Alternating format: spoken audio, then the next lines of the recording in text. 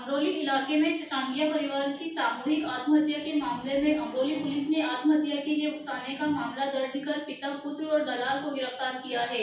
Suicide note के आधार पर police ने मकान की टोकन राशि के 1 लाख रुपए की जबरन वसूली करने और धमकियां देने के आरोप में तीनों को गिरफ्तार किया है।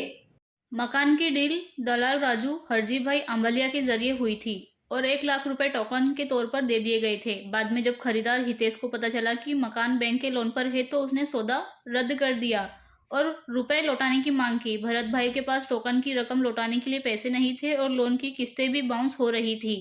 इस बीच हितेश, उसके पिता संजय और दलाल राजू बार बार घर आकर धमकियां देने लगे।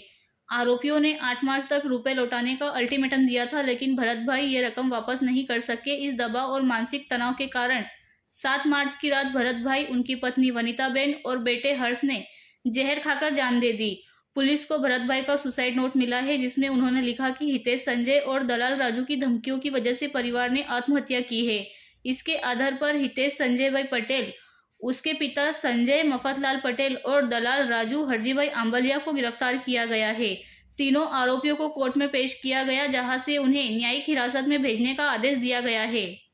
छपराफटा विस्ताરમાં એન્ટેલિયા ડ્રીમ્સ ફ્લેટમાં 3 લોકોએ સામૂહિક આત્મહત્યા કરેલી એ બાબતે તાત્કાલિક ગુનો દાખલ કરી અને સુસાઇડ નોટ આધારે 3 આરોપીની ધરપકડ કરવામાં આવી છે અને તેઓને નામદાર કોર્ટમાં રજૂ કરતા જ્યુડિશિયલ કસ્ટડીમાં મોકલી આપેલ છે।